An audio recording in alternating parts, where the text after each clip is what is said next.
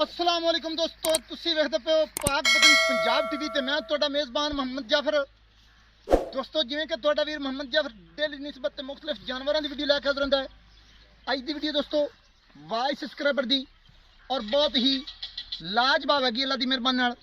मझ दोस्तां ने यूट्यूब ते लगी हुई वेखी होनी है। लंगरियां दे घर दी ब्रीड दूजा वारा सूण नूं तैयार वीडियो लगी हुई यूट्यूब ते। मझ हले तक सूई नहीं, सौदा जनाब हो गया साडा।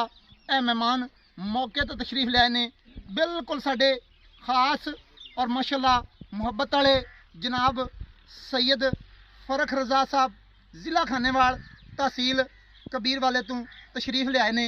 जनाब नाल काफ़ी दिनों तो सलाम दुआ बरल सौदा पहला होया है, इंशाल्लाह मुहब्बत नाल होया है। जनाब खुद मौके तो तशरीफ लियाए ने।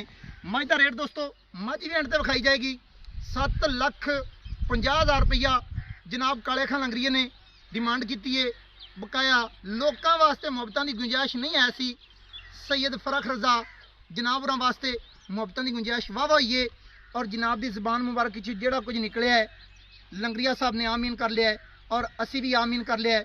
बकाया पीर साहब इंशाल्लाह अपनी जबानी दसणगे कि सौदा बगैर लालच तो बेलॉस होया है या 1% लालच किया है। ये गल्लां दो भाइयों की बड़ी मेहरबानी, इन्हें मैंने बड़े जायज मूल्य नाल माई दी है। माई सोहनी है, साडे ते राजी हो जी इंशाल्लाह। बकाया तुहाडी जबान मुबारक चो निकली हुई गल ते लोगों ने इतबार जरूर हो जाएगा कि असी जनाब नाल 1% लालच किया है जी। नहीं जी, सैड तो नहीं लै गए हैं।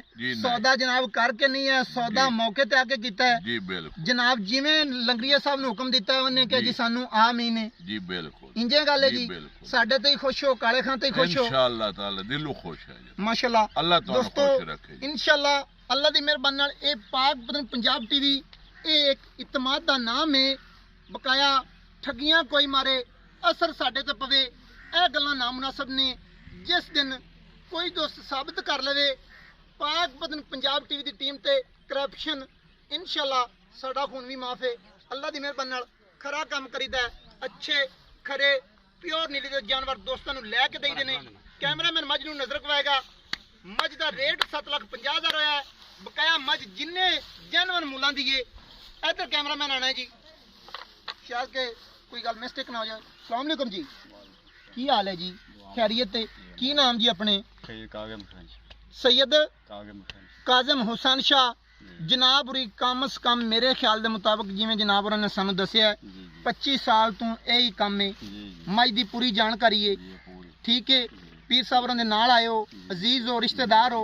इस तरह नाल जनाब होरां ने जिहड़े मुल्लां दे विच मझ पसंद कीती है उन्हां ही मुल्लां दे विच होई है। ऐ शायद कोई दोस्त समझ लैण कि भी कुछ पार्टियां आंदियां ने कि मझ जिन्ने दी होवे उन्ने डबल रेट भर जांदे ने। आपां डबल तो नहीं भरिया। ऐ दरिया भी वेखे, खरीदी भी दरिया दी कंधी तो प्योर नीली दी लईए और अपने रेटां नाल लईए। जिन्ने मझ जैनवन रेटां दी ओही पैसे भरे ने, ज्यादा तो नहीं भरे। कन्ना तक राजी हो। दुआ है साडे लई है दुआ। कैमरामैन हुण मझ नूं फिर नजर पवा देनी है। भाई दोस्तों तसल्ली कर लेनी है।